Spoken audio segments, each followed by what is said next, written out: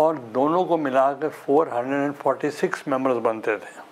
اب مجھے آپ یہ بتائیں, از اٹ ہیومنلی پاسبل کہ 446 ممبرز اینڈ نان اپوزڈ, وہ ہم نے 18ویں ترمیم پاس کی تھی.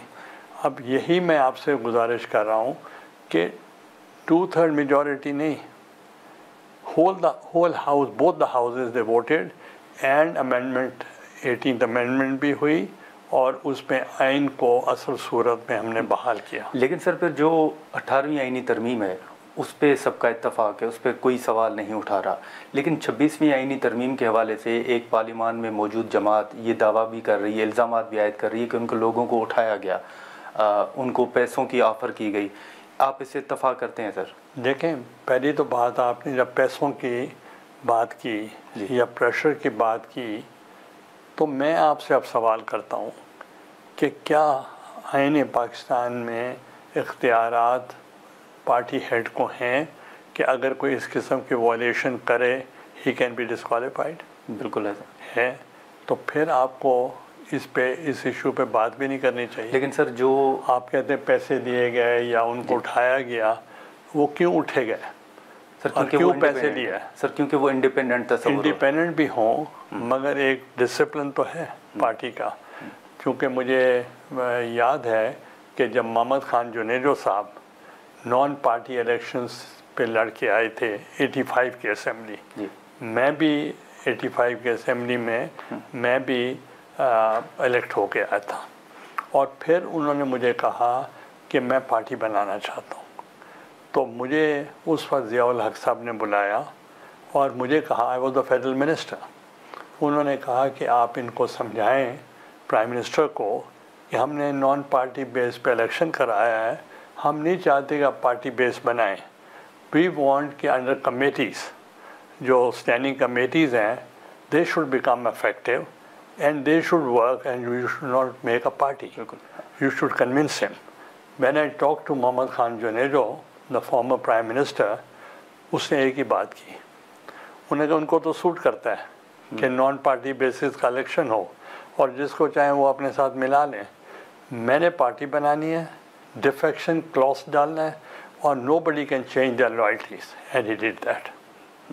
لیکن سر آپ نے کئی انتخابات دیکھے ہیں, آپ وزارت عظمیٰ کے عہدے پر فائز رہے, آپ منسٹر رہے, کیبنٹ کا حصہ رہے.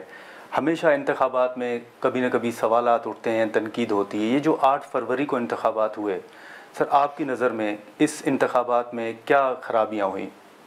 دیکھیں, آپ تو پہلے کہیں خرابیاں کیا ہوئیں. جی, تو کچھ لوگ جیتے, کچھ ہرے, ایسے ہی. اور آپ دیکھیں کہ جو ہمارے الیکشنز ہوئے, اگر ضمنی الیکشن بھی ہوئے, جب علی موسیٰ گیلانی ضمنی الیکشن لڑے تھے, اس وقت عمران خان صاحب نے 2 پبلک میٹنگز کی تھی ملتان میں, اور وہ 9 سیٹوں پر وہ لڑ رہے تھے.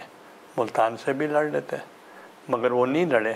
تو میں یہ سمجھتا ہوں کہ جس نے جیتنا ہو وہ جیت جاتا ہے, اور جس نے ہارنا ہو وہ ہار جاتا ہے. مگر اس میں کمنٹ اس لیے نہیں کر سکتا, اور آپ کو بھی نہیں کرنا چاہیے. The matter is sub judice before the court, let the court decide. انتخابات کے حوالے سے سر وہی, وہ تو کورٹ میں ٹریبونلز بنے ہیں. جی, اب دیکھیں, میرا الیکشن ہوا سینٹ کا, چیئرمین سینٹ کا, میرے 7 vote presiding officer was the senator of the ruling party, was the اتحادی of PTI, اسے میرے 7 ووٹ ریجیکٹ کر دیے and got me defeated. جی, تو when we protested, he said no, go to the courts, آپ عدالت میں جائیں. لیکن سر, اور آج تک میں عدالت میں ہوں.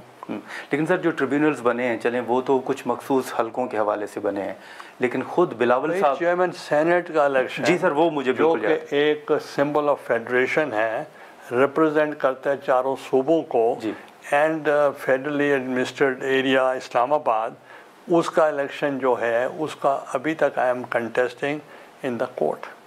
لیکن سر جو عام انتخابات ہیں, مخصوص نشست کی اگر ہم بات کریں تو خود بلاول صاحب بھی یہ کہہ رہے ہیں کہ کراچی کے اندر جتنی سیٹیں پیپلز پارٹی کو ملنی چاہیے تھیں وہ نہیں ملی.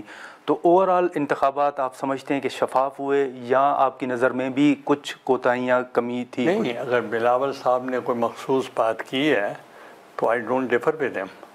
تو مگر یہ ہے کہ جو بھی کیسز ہیں they are before the courts. اور جو شور مچا فارم 47 جی اور اس کا نام لیا گیا تو اس کے ڈیسیجن کہاں ہو رہے ہیں؟ جب عمران خان صاحب کا پہلا الیکشن ہوا تو انہوں نے کہا کہ اتنے سیٹوں پہ الیکشن دوبارہ کرایا جائے اور دوبارہ کرایا گیا. آپ کو یاد ہوگا 4 حلقوں کی انہوں نے بات کی. انہوں نے کہا 4 حلقے کھولنے چاہیے. جب وہ کھلے گئے تو اس کا کیا رزلٹ آیا؟ سر وہ تو ابھی بھی کہہ رہے ہیں میاں صاحب کا حلقہ کھول لیں لاہور میں. دیکھیں میاں صاحب کا حلقہ اس لیے نہیں کھل سکتا کہ the matter can be solved in the court. Let the court decide. اچھا سر، لیکن انتخابات سے ہٹ کے اگر مخصوص نشستوں کی اس وقت بات کریں تو آئینی تشریح جو کی گئی ہے، سر آپ کسٹوڈین آف دی ہاؤس ہیں، اپر ہاؤس کے، سر جو تشریح مخصوص نشستوں کے حوالے سے ہوئی ہے، سر آپ اس سے اتفاق کرتے ہیں یا آپ سمجھتے ہیں کہ پی ٹی آئی کا کوئی حق بنتا تھا، ان کا مینڈیٹ بنتا تھا؟ دیکھیں ان سے غلطی ہوئی کہ انہوں نے الیکشن جو لڑا وہ کسی اور جماعت سے لڑا، تو اس لیے ہم سے بھی غلطی ہو سکتی تھی. جب پاکستان پیپلز پارٹی پہ قدغن لگائی گئی تو اس وقت ہمارے لیگل ایکسپرٹس جو تھے انہوں نے محترمہ صاحبہ کو مشورہ دیا پاکستان پیپلز پارٹی پارلیمنٹیرین بنا لیں اور جو ٹکٹس ایشو کریں وہ پاکستان پیپلز پارٹی پارلیمنٹیرین کریں، اور میں اسی سیٹ سے لڑا and a became the prime minister. تو اس لیے ان کو کوئی صحیح ایڈوائس نہیں کی گئی عمران خان صاحب کو، تو اس لیے دیٹ ہیز بین چیلنج. اور اب کورٹ کے ڈیسیجن کے اوپر میں کوئی کمنٹ نہیں دے سکتا. اچھا ناظرین، یہاں پر ایک مختصر سا بریک لیتے ہیں اور بریک کے بعد یہیں سے گفتگو کو آگے بڑھاتے ہیں.